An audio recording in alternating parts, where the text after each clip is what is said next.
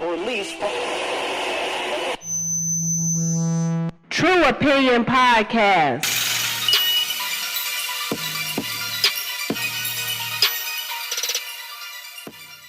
Hey y'all, welcome to the True Opinion Podcast. I'm your host, Adontaus, and we're all at home, quarantining, social distancing, adhering to our shelter-in-place orders. Yeah, this coronavirus shit is crazy, man. So everybody's stuck at home. Well, to me, it's just a normal weekend because I work in healthcare, and thus far, I have to keep going to work. So Monday through Friday, I'm in there on the front lines. Well, not the front lines. It's kind of like, it's the nursing home, so it's kind of like, after the battlefield, like in the recovery hospital, I guess. I don't know where this analogy is going. Anyway, I'm still going to work, but all the kids are at home, and it's it's quite nuts because they are slowly descending into madness. Like, the little kids don't mind being at home, but I think they're tired of being cooped up. The weather hasn't been the greatest here in the suburbs of Chicago, which we know how notoriously bipolar Chicago weather is. So they haven't even really been able to go outside and play in the backyard too much. And my oldest son is really losing his fucking mind because he wants to go and play basketball. Like, before the shelter-in-place order, this fool is like, the gym is still open. I want to go. I'm like, why? That is crazy and dangerous. And no, you cannot go, because if you get that shit, guess what? You cannot live here. You can't bring it home. So sorry. But yeah, so we are hanging in there. Like I said, hopefully the weather turns and the kids can at least go in the backyard.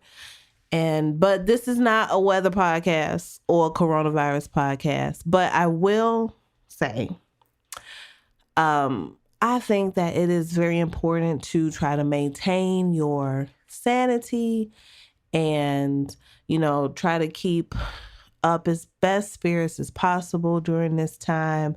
I think that, how I feel about social media, I think it kind of ruins everything sometimes. So Twitter has made me very anxious. My anxiety has been through the roof. So I am trying to limit my time on social media platforms and then kind of limit what I look at and what I read, just because, especially with me still having to go out into the world, like, I don't need it driving me crazy and turning my hair gray and stressing me out. I don't need it. I just need to know quick, hard facts and keep it moving. So if you are feeling very anxious, if you're feeling like upset about all the uncertainty and stuff, maybe a whole lot of information isn't you don't have to read every article on how to flatten the curve or how the curve isn't going to flatten, and projections and masks and ventilators and is it a cover? You can very easily slip down a rabbit hole and drive yourself fucking insane. So please do not. There are plenty of adorable cat videos, adorable baby videos, dance videos. Celebrities are doing a lot of concerts, and DJs are doing dance parties on Instagram and everything. It's content out there to try to lift your mood. So try to find it. Or guess what? You can log off, period, and read a good old fashioned book that you hold in your hand and turn the pages. Nothing beats the smell of a new book, the feel of the pages in your hands. Nothing beats it. So you can get lost in the story. If books aren't your thing, I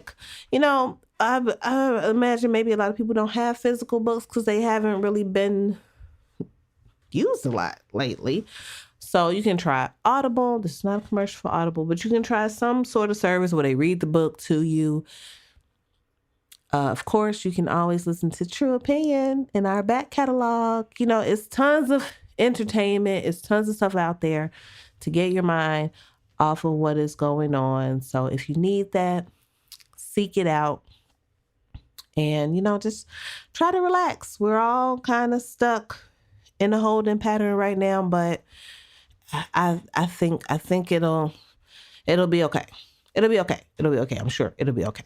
So, um, this week's episode, since we are stuck, and a lot of us are stuck in the house with kids, I think it'll be a good time to kind of talk to these children, especially the older ones, about, just what they think about the world, about a lot of different issues, what's going on in their world.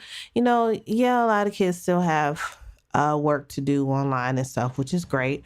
But, and I'm not home with the kids all day, but for those of you that are, I think it's a really, really great time to have some conversations, some tough ones, some easy ones, some fun ones, and really just kind of share mental space with your kids, find out what they think about things, what's going on in their lives. And of course, I got some opinions and some suggestions on where to start. So let's get into it.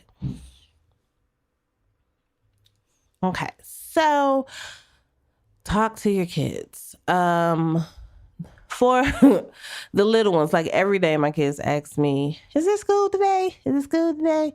No school today.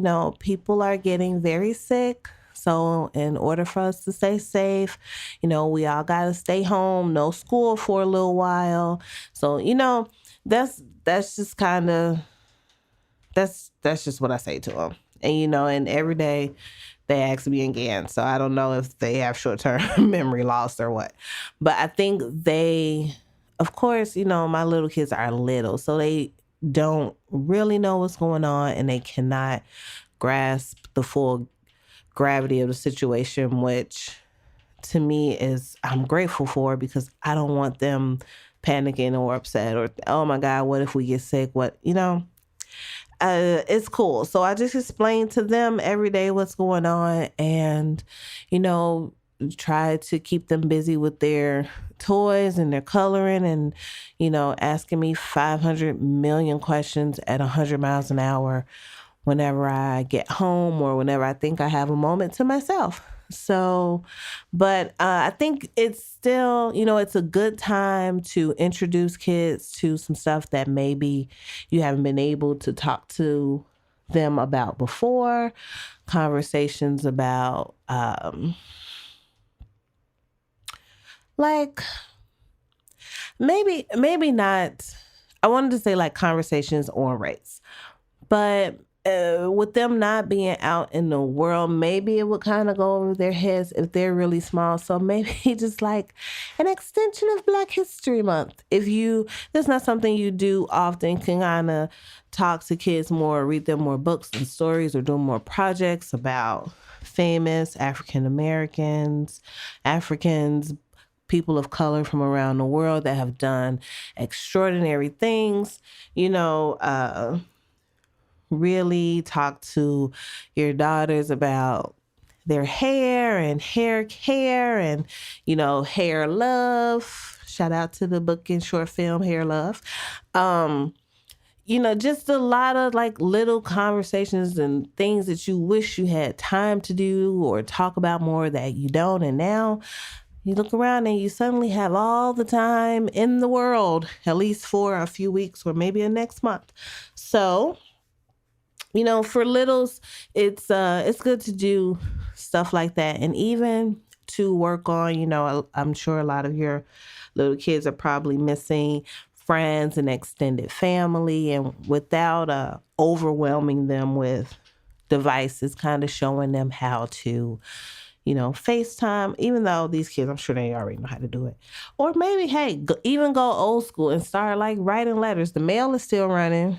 I don't know why, but the mail is still running.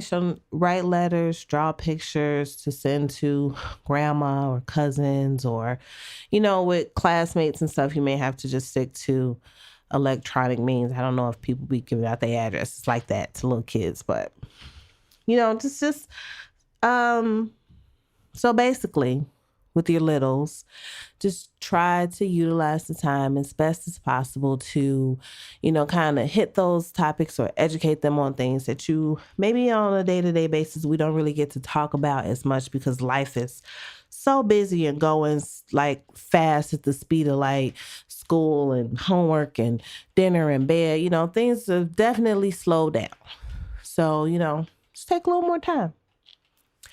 Now with these older ones, oh, Jesus Christ. Oh, it's a lot.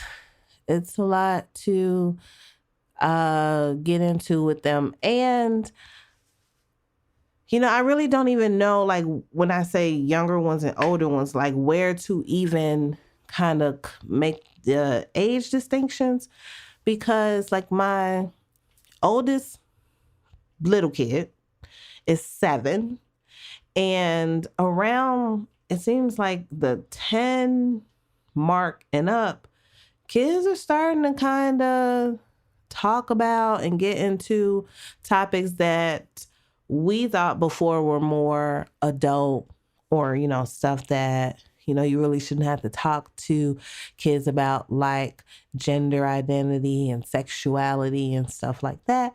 So, I mean, of course, use your own discretion. You know your kid, but maybe even some general conversations, some little starters can even help you gauge. If you don't know where your kid is with talking about or thinking about stuff like that, maybe it's time you put some feelers out there to see, so that you won't be not sidetracked. What is it? Blindsided by some things. And so, like, I really want to encourage parents to kind of embrace these thoughts and conversations surrounding sexuality and gender identity. I know that there are a lot of religious and societal constraints that kind of have informed our thinking on how those topics should be approached, but maybe you should relax them a little bit and talk to your child and find out, like, okay, so, Gavin is 15. So I would just, with him, especially since we kind of talk like openly about things, I would probably just be like, so, what do you think? Do you know what people say what people mean, or people that identify as trans, what does that mean? Or fluid gender identity, like, what does that mean to you? And to me, it's important to ask and to have these conversations, because I don't want my son going out into the world using slurs and talking to people crazy and just, like looking like or being an intolerant ass, because I know that's not the type of person he knows. But you don't know, that's not the type of person he is. But you don't know what you don't know. You know what I'm saying?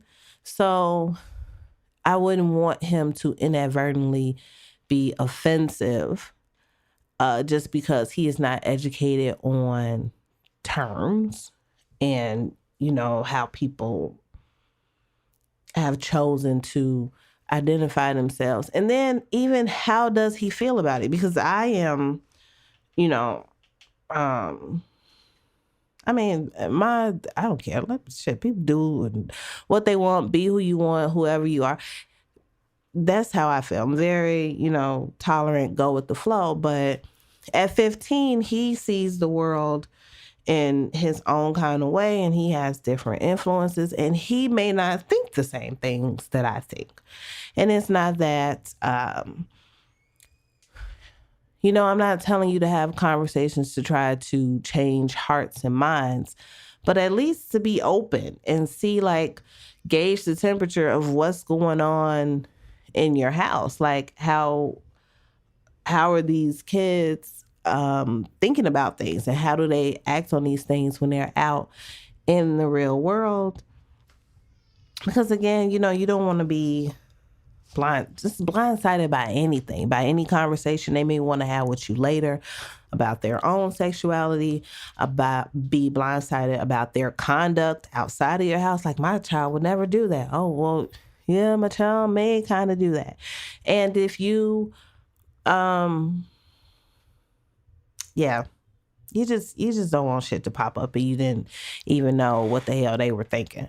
So I think it's important to have those conversations and be honest with yourself. So maybe you need to have maybe a little talk with yourself and see, now, how do I feel about this? Because if you hear something from your kid that you may not like or agree with, we are stuck in the house together. You don't want that time in the house to be like mad uncomfortable, or, y'all to be fighting and things to be contentious. So if you are not ready to have this conversation, if you think you may hear something like if your child wanted to come out to you, or if they said, I have questions, or I'm curious about, if that's something that you ain't down with, you are not tolerant of, you don't want to hear, then maybe perhaps it's not the conversation or the time to have this conversation. With us all kind of being stuck here, therapists are healthcare workers, but we don't know if they're all working right now. I mean, Talkspace, which is online, I guess, is always available, but you definitely don't want to start hard conversations that will bring up very, very difficult emotions if you don't have the professional support to support your family at this time. So, you know your kid. If you need to leave that shit alone, then by all means, leave it alone. Steer the conversation towards something much safer. But if you're not afraid to know, if you're not afraid to ask, then, go ahead. Go ahead.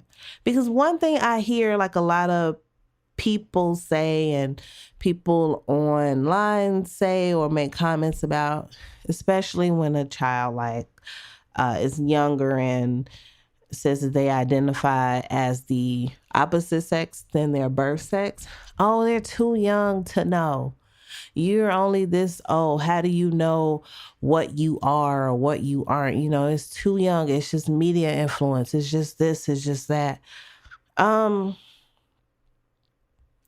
I'm not here to judge anyone. And you feel what you feel. I would just say, we never say that a child is too young to know that they're straight, because straight is the quote unquote norm. We never say, oh, you're too young to know you like girls. We may say you're too young to be engaging in, some kind of activity, sexual type activities with the opposite sex when kids identify as straight. But we never say, oh, you're too young to know you like girls. Or you're too young to know you like boys if you're a girl. That's the norm setting, so to speak. So you just go with it. So if you feel like, your 10-year-old boy likes girls, that's fine with you. But if your 10-year-old boy says he likes other boys, then you're too young to know you like boys. Well, if he knew he liked girls, you wouldn't say that. You'd be like, oh yeah, you're supposed to like girls. You're 10.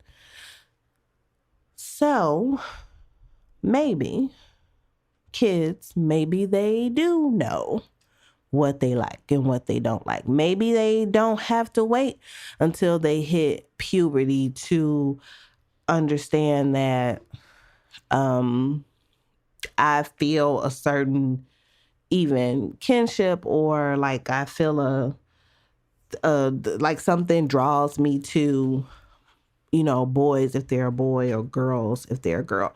I don't know how it goes. I don't know when these emotions trigger and when you start feeling these things. I don't know. And the best I can say is that people are different and kids are different, and you know things and experience things at different times. And I just think that before you start imposing adult thoughts on what kids should and should not know, maybe just kind of take a breath, take a step, and say, okay, well, let's explore this. Or, I mean, it's so hard to talk about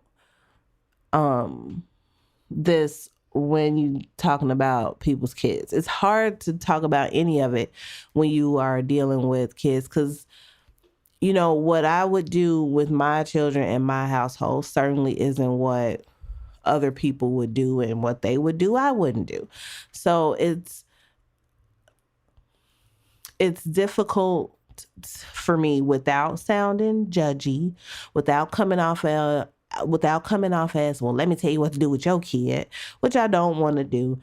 But I would just say, always lead with love and the best intentions.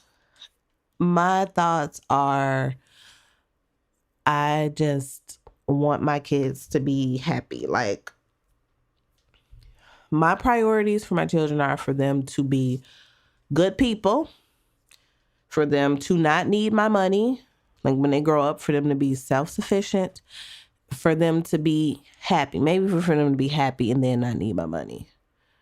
Not needing my money is important, because it, to me, you know, like, I raised them right to stand up on their own and go out into this world. But those, I guess, would be my top 3 priorities. And, you know, marrying someone of the opposite sex and having 2.5 children, a house, and a dog, you know, that is not like they have to do this for me to be happy with them.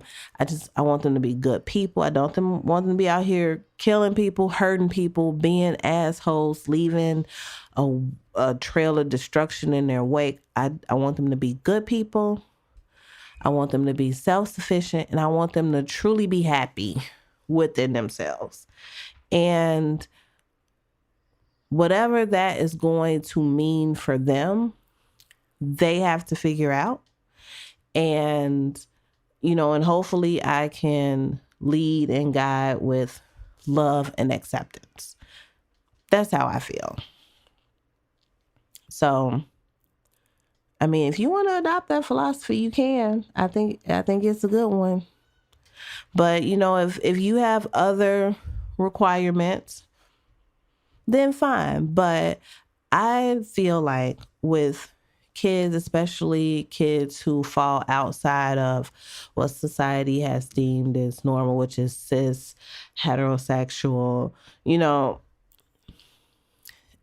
the world can be a very difficult and nasty place for them. And I would always want for my home, my heart, to be a shelter for my kids. Not, you know, literally speaking, you know, you come shelter in place here when you're 40 years old. No, I mean, like, I just want them to always feel love and acceptance, and nothing will hurt you when they are with me. And if I have to be that safe haven for them, if I can be and I want to be, then I will. And whatever I'm sheltering them from the world, it doesn't matter to me. It doesn't. And if they are going to face, you know, bigotry, racism, fucking all of the isms and schisms and horrible things the world has to offer, they will never have to face it when it comes to mom and dad. So that's how I feel. And that's why, you know, my philosophy is healthy people, good people, self-sufficient, and happy. Anything else, you know, we can deal with. And to me, that's just, it's part of being a parent.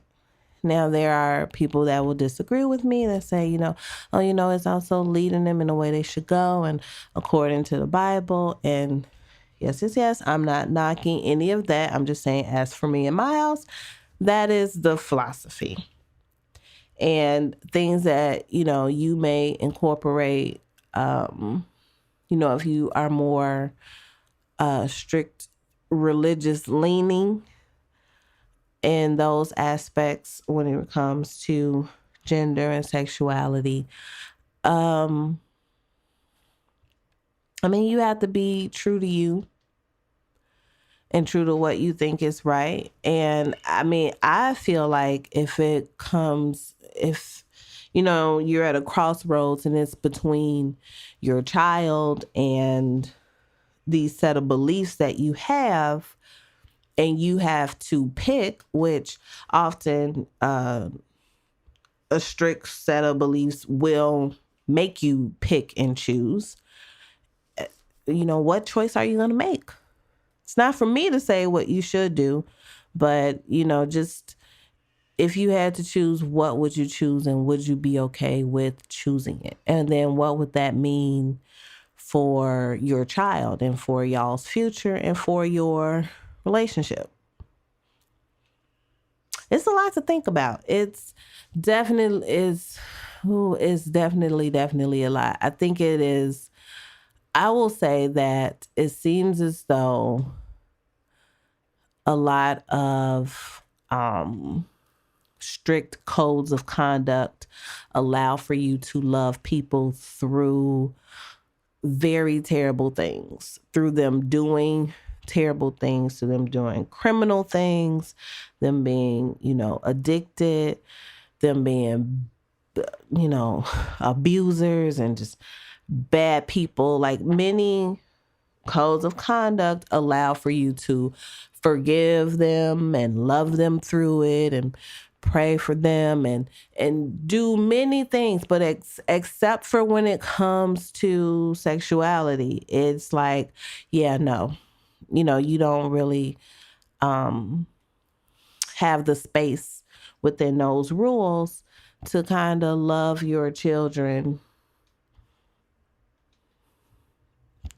Just love them, not try to pray the gay away, not in that kind of way, but you don't have the space to do those things. So I would, if that's the case, I think that's something to think about. I think. So yes, anyway, have those conversations with your children. If you, like I said, if you think it's going to be something that is so contentious or not in line with your beliefs that is going to make your time sheltering in place like a living hell to find these things out, then perhaps you should wait to a time where y'all can incorporate some sort of therapy or professional help to get you through it. But another thing you need to talk to your kids about is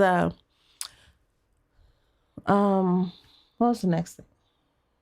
Like mental health. Yes, mental health. And because especially, teenagers, their world is very much outside of their homes in a lot of cases.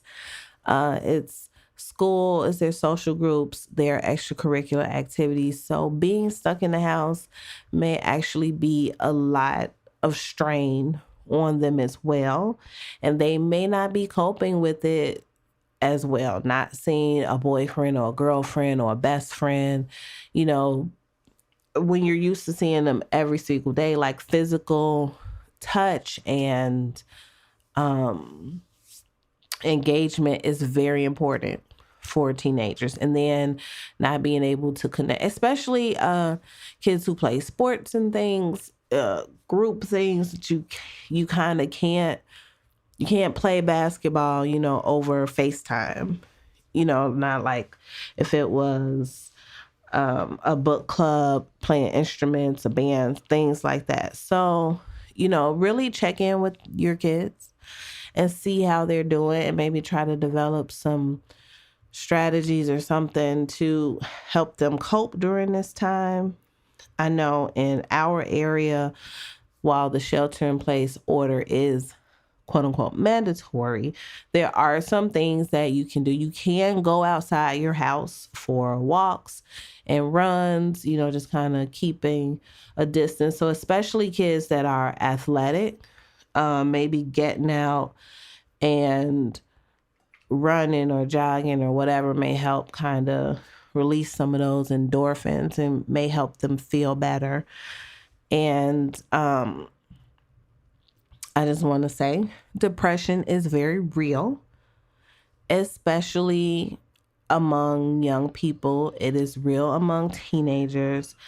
A lot of music and TV shows have been blamed for quote unquote influencing kids to be sad or emo or depressed. And they weren't depressed before. They're just doing it because it's popular. And I think that is, a very dangerous line of thinking. And anything that we weren't seeing before that we're seeing more of now, I don't think it's necessarily an influence of music or TV. It's maybe that it's just people are talking about it more. And yeah, they do feel more comfortable saying, you know what, I'm not okay. I'm not good all the time. Sometimes I feel this way or things affect me in a certain kind of way. And I think I need to talk to somebody about it. So, I mean, well, I guess maybe I am saying that they're influenced, but I don't know. And I don't really care. I don't care where it comes from. Just the fact that they are willing to talk about it. And even if you want to feel like, oh, you don't really feel that way, what you got to be depressed about when I was growing up, just listen and just talk. And you may think that it is stupid and silly and so much is going on in the world and this don't mean nothing. But to kids, their world is their world. Like, that is everything to them. And think about, like, always kind of flip a situation around. Like, shit that may be stressing you out, that you think, like, this is real shit. This is bills. This is work. Like, this is real shit. Like, that's not in their world. So to them, it's not real shit. They just, oh my God, you got bills, pay them, don't pay them. Like, leave me the fuck alone. I don't want to hear about it. You know what I'm saying? Like, so what's so real and so stressful or, so important to you is not important to them because it's not in their world. So the same way that what is so real and stressful and important to them, you have already been through it and you can get out of it and that shit gets better or at least it's fucking different. And in the long run, that's not going to mean anything. You know that. But they are in the midst of it. And when a lot of times when you are in the midst of a storm, in the midst of a bad situation, it is hard for you to see being past it or getting out of it. So just be sensitive to that. Like it don't take a lot.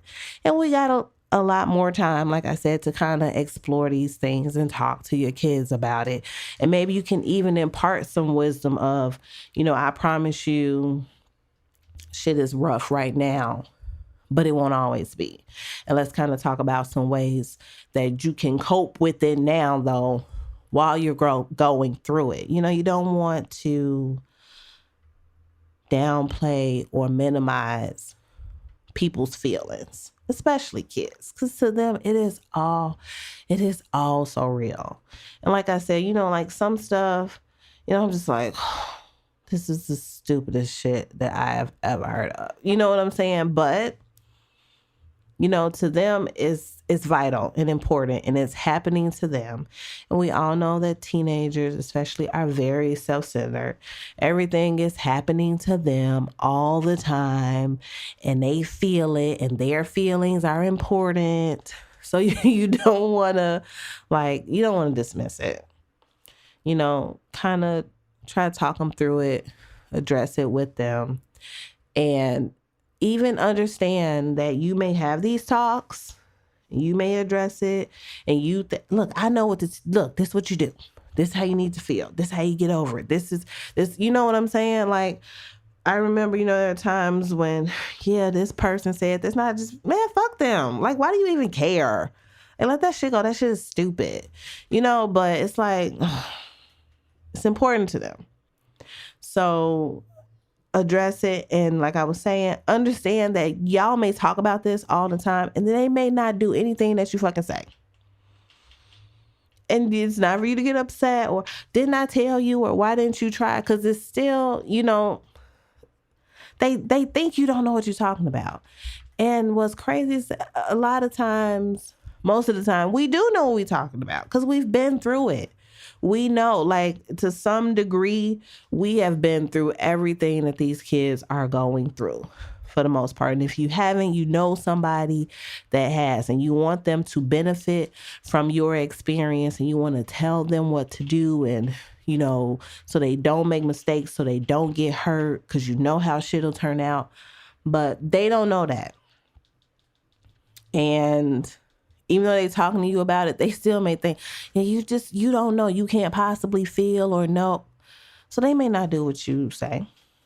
And don't get offended. Don't get upset. You just have to keep going. Like, to me, a large part of parenting is repeating yourself over and over again. It sounds like insanity. It sounds like doing the same thing over and over again, expecting different results and getting the same results. And perhaps parenting is insanity. It may drive you a little crazy, but it's also consistency. And it's also a pattern of showing that you have an open heart and an open ear and that you can listen and you can give advice so that when this small shit like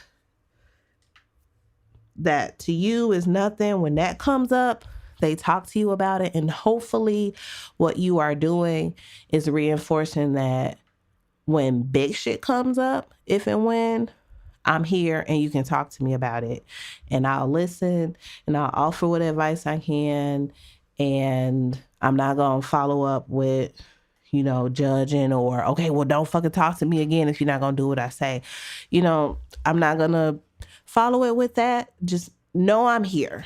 So hopefully that when big shit comes up, they will come to you and they will listen and they will follow what you say. So that's, oh my God, even talking about parenting an older child, kids period is exhausting. It's really fucking tough, but we can do it. So have those conversations. Mental health is very real. It's very important. Depression, schizophrenia, bipolar disorder, personality disorders, like all of that shit is really real. And it may not all be just one thing. You know what I'm saying? Like, every kid may not be depressed. They may have some other issues going on. It's important that you listen, that you recognize them, and that you get them the help that they need. There is a lot of conversation about using pharmaceuticals on children and on teenagers. And with some, talk therapy helps a lot. And I mean, listen, the world is a big place and people are different. And there probably are just some that just fucking need to be medicated. Mental health is about brain chemistry and the chemicals in your brain being some there are too much, some there are too little, they aren't interacting correctly. And the pharmaceuticals help to try to get those chemicals back in balance and maybe try to even out your mood so that you aren't, super depressed or super manic, or you know what I'm saying? So it's not just trying to sedate somebody. It's not just trying, it's not a chemical restraint. It's not trying to control them. It's medicine.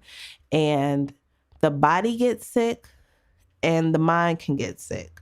And just like, you wouldn't fight it or fight the diagnosis or deny it if you were told your kid had leukemia or MS or anything, and you will want to give me whatever medications or treatments or whatever I need to do. Think about mental health in the same way. Mental health is more of, it may take, because you are trying to affect the chemistry of the brain, and a lot of times you are pairing medications with talk therapy or group or other types of interventions.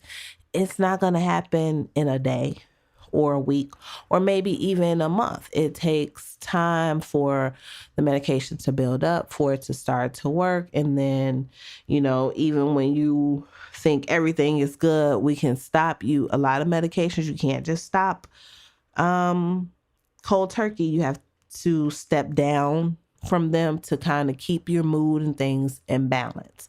So all of this is stuff that, you need to talk to a medical professional about, discuss it openly with your kid.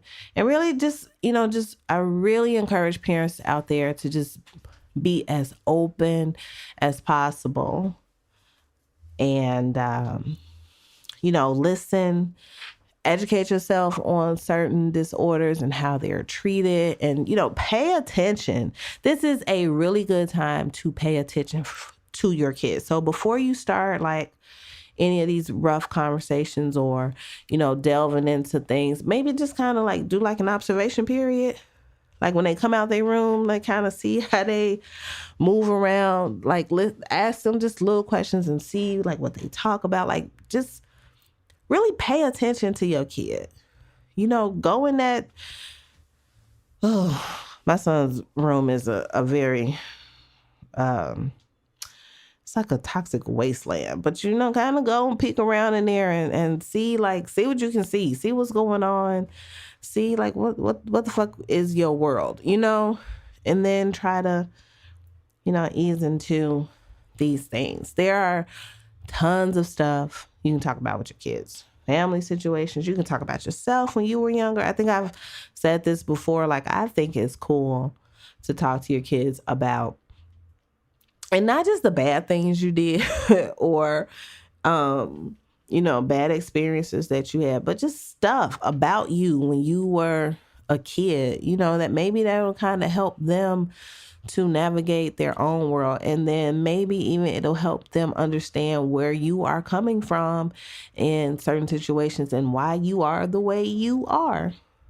It's like, really think about, like, parents are like a mystery to kids when it comes to your past. Like, they see you as a provider, a cooker, a cleaner, a driver, a, doler out of punishments, somebody who tells them to do chores. Like, that's the role that they see you in, which to me is not really like a human. Like, yes, they know I'm a human, but it's just kind of like a robot.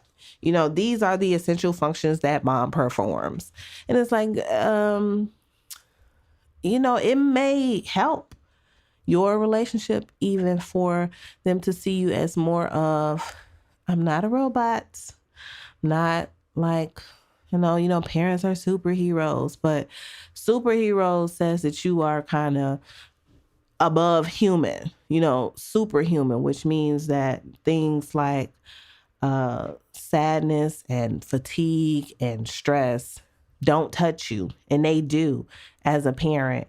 And perhaps if sometimes we would let our kids know more of that, it would help us to form better bonds or stronger bonds, or just even for us to just know each other better and treat each other better within our own families. So, I mean, that's it. While you got the time, talk to your kids, have the conversations, be open-minded, lead with love, all that woo-woo stuff. Lead with love. Yes, do that. Do that shit. It's nice. Remember, this is somebody that you birthed and you love very, very, very, very much. So, that's it for this episode of True Opinion. Y'all stay safe. Stay the fuck away from each other. If you don't have to work or you're working from home, try to limit your outside time to essential things. I know it is rough. We are introverts. So, it's kind of not a big deal to stay in the house. Like every now and again, my husband will forget, be like, let's go to breakfast, let's go to dinner. Sir, no, we can't go. Nobody is letting you sit down in their establishments right now. So, try to make the best of it. If you are alone, I'm sorry. Try to connect with people the best you can. Maybe it's time to try internet dating. Be careful. People are still weird though. Use social media responsibly. Don't let it stress you out. Get in some workouts if you can. If you're a runner, if you're somewhere with nice weather, get out there and pound the pavement a little bit. If not, doing yoga in your house is completely free. You can follow somebody along on YouTube or something, but just do your best to take care of yourself and each other. Stop hoarding fucking toilet paper. My God, I have not seen a roll of toilet paper in the stores in like it's legit been like 3 weeks now. Y'all are trash for that. Stop it. Stop. Like for real, what you gonna do? Build a TP fort? There are like many other things that I worry about running out of before toilet paper. So why are y'all doing this? And then like the people that buy the shit up and then try to resell it, like for real, you just man, just knock that shit off. Cause it's mad annoying. It's super stupid and it's irresponsible. And you look like an asshole. So stop doing that. That's probably the only time I'll be judgy on here. Maybe not. But I'm judging you if you do that. Because just like for real, like just stop. Okay? Just stop. But all right, y'all, take care. That's it. Talk to you later. Bye.